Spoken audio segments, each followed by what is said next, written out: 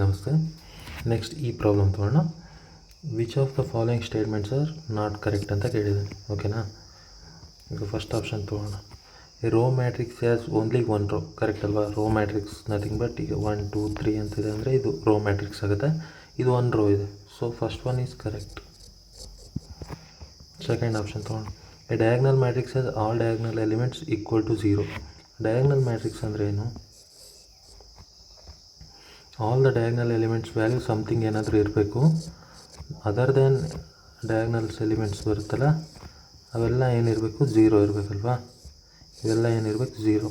But ಇಲ್ಲಿ ಏನು ಹೇಳ್ತದೆ statement? Diagonal matrix as all diagonal elements equal to 0. ಇವನ್ನ 0 ಇರಬೇಕಂತ ಹೇಳ್ತಿದ್ದಾನೆ ಅವನು, ಬಟ್ ದಟ್ ಈಸ್ ರಾಂಗ್ ಅಲ್ವಾ? So second one is not correct.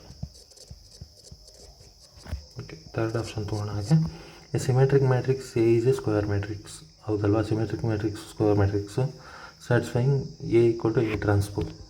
A equal to A transpose ಅಲ್ವಾ ಸಿಮೆಟ್ರಿಕ್ ಮ್ಯಾಟ್ರಿಕ್ಸು? ಫಾರ್ ಎಕ್ಸಾಂಪಲ್ 1 1 3 3 ಇದೆ ಅಂತಿದೆ ಅಂದರೆ ಇದರ ಟ್ರಾನ್ಸ್ಪೋಸ್ ಏನಾಗುತ್ತೆ? 1 3 3 1. ಸೊ ಸೇಮ್ ಅಲ್ವಾ ಎರಡು? ಸೊ ಇದು ಕರೆಕ್ಟ್ ಇದೆ. ಫೋರ್ತ್ ಒನ್ ಏನಿದೆ? A skew symmetric matrix as all diagonal elements equal to 0. ಹೌದಲ್ಲ?